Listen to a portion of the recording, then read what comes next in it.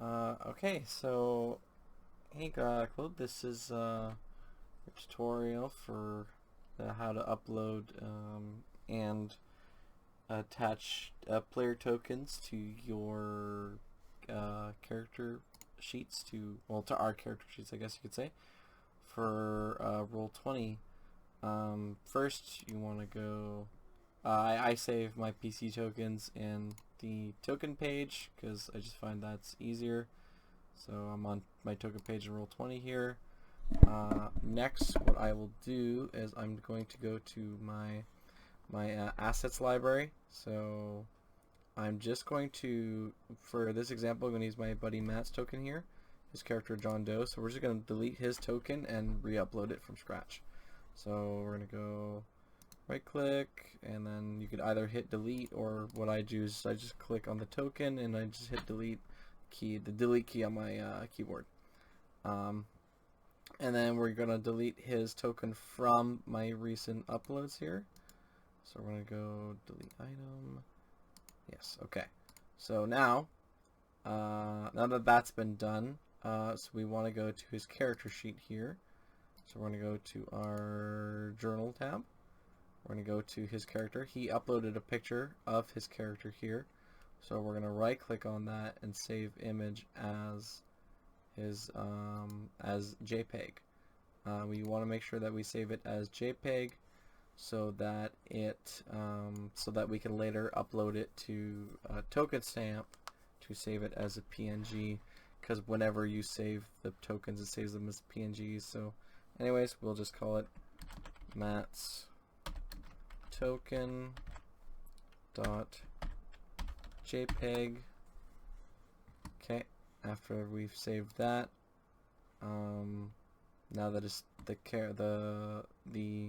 we saved it from his the image from his character sheet that he attached himself. Most of us already have pictures attached to our character sheet, so that that's what I did for this instance. Now we're going to open a new tab and go to Token Stamp to Roll20 or Roll20.com, and then here we will upload our image and then save it as the token. So first, what you're going to do is open your folder where you saved the picture, which is my Roll20 folder here, saved in my pictures. I have a folder for my Roll20 tokens. So I have my token folders for monsters and PC and player character tokens. So I got my PC tokens. There's Matt's token picture right there. We're going to click and drag it over. And then this will show us here the top right of what his player will look like as a token. I generally try to get in as much of the token's face, or I won't bother resizing it because this is a good size already. But if you wanted to, you could like adjust the corners, make it smaller or bigger as needed. So in that case, actually, we should make it a tiny little bit bigger. Okay, perfect. A little bit. Try to center that up right here. Up here, it allows you to change the border tint of the token and the background color. I just leave it on default for my player tokens, but you can change it as needed if you want to. After that, we will download it as a PNG. So we'll call it Matt's token dot PNG, and then hit save. After that, you can either leave this tab open or close it as needed. I'm done with it, so I'm just going to close the tab. From there, we will go to our library, and we will upload the token. We're going to choose file, and there's our token right here. We want to make sure that it's the token itself and not the picture. So we just click open, and then it'll take some time to load, and it will upload it to Roll20. From there, we will click and drag the token over to our token page. Then what we want to do first before changing any of the token settings, we want to go to our character sheet, and you want to go into hold on, we're just gonna make this a little bit smaller. We're gonna want to go into edit. We want to edit the character sheet. That way we can, here I'm just going to remove, this is his old token. I'm just and for the purpose of this tutorial, I'm just going to remove the old one that he had. Okay, so now there's no token attached to his character sheet that he can control, right? His character's name is here. That's his Roll20 name. So if I want to get him to be able to use his token, you want to click on the token in our token page and then hit use selected token. So now he as a player should be able to control and the token and move it. And then we hit save changes. So with that, we will then go to the token settings itself.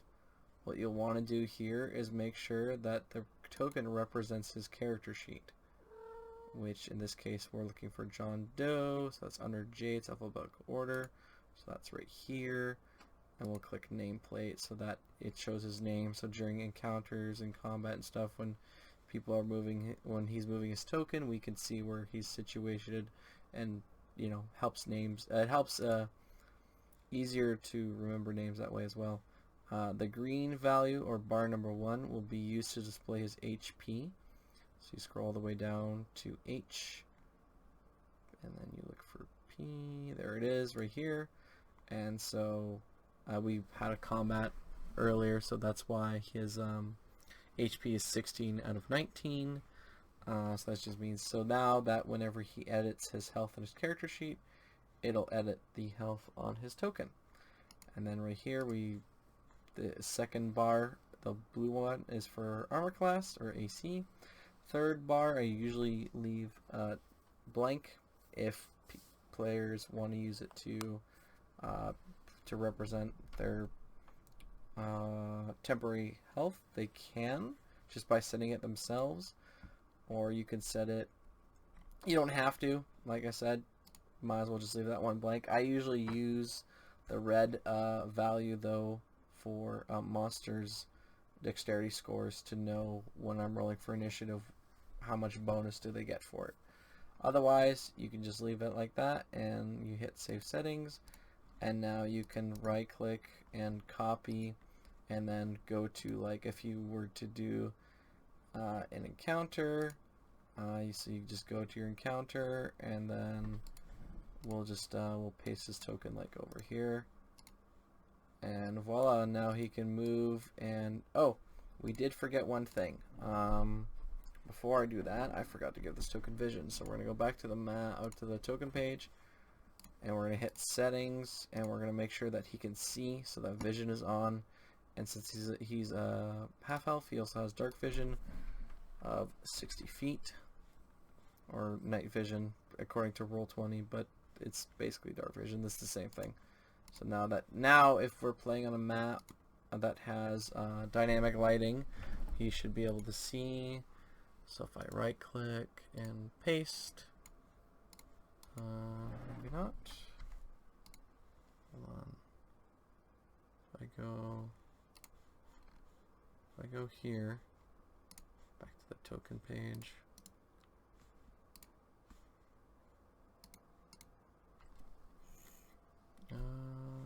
Okay, save settings. So because delete this character. Let's delete his old token and put in the new one. There we go. So yeah, now that's working. So now he should be able to move his token and see, and everything should be fine. Hopefully this helps, and that it works out. If you have any other questions, let me know, and I'd be more than happy to help. Just make sure that when you're going into your maps, this should already be a given for you since you're doing a pre-written adventure, but double check your dynamic lighting settings and make sure that dynamic lighting and daylight mode is turned on so that people can actually see on the map with their token. Otherwise, that's pretty much it. Like I said, if you have any questions, let me know. Otherwise, I hope this helps, and thanks.